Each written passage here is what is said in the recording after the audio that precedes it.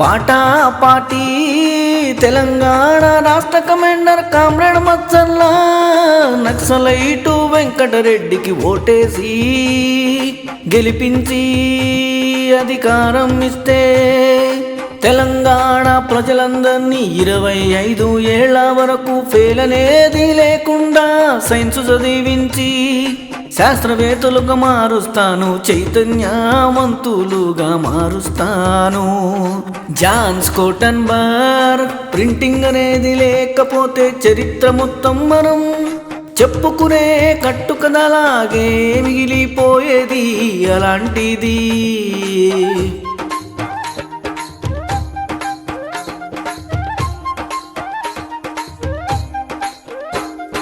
15వ శతాబ్దంలో కోటన్బర్గ్ అనే ఆయన ప్రింటింగ్ ప్రెస్ ని కనుగొన్నారు. అయితే అప్పటికే చైనాలో ప్రింటింగ్ అనేది ఉండేది, కానీ అది అంత ప్రాముఖ్యత చెందలేదు. కానీ ఈయన దానికి మరింత అభివృద్ధి చేశారు. అప్పట్లో కొంతమంది పుస్తకాలన్నీ చేతితో రాస్తూ ఉండేవారు. ఆ సమయంలో పొరపాటున తప్పులు రావడం, కొంతమంది వాళ్లకు కావలసినట్టుగా రాసుకోవడం జరిగేది.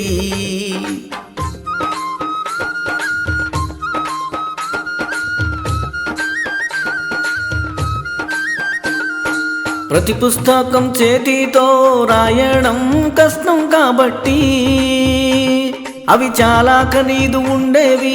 దానితో పేద మధ్యతరగతి ప్రజల్లో చదువు పుస్తకాలు ఉండేవి కాదు.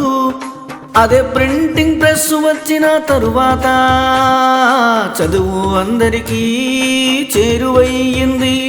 ఒక దేశంలో ఎవరైనా ఏమైనా కనిపెడితే ఆ వివరాలు పుస్తకాల ద్వారా వేరే దేశాలకు చేరడం, అవి చదివిన వాళ్ళలో మళ్ళీ కొత్త కొత్త ఐడియాలు రావడం.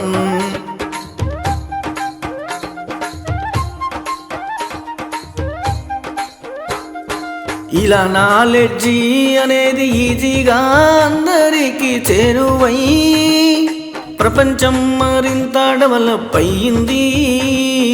పాటా పాటికే మీ ఓటు, మచ్చల్ల వెంకటరెడ్డికే మీ ఓటు, పాటా పని పైసాకే మీ ఓటు, బంధు బంధుకే మీ ఓటు, పానపనాకు గుట్కా జర్దా బంధుకే మీ ఓటు,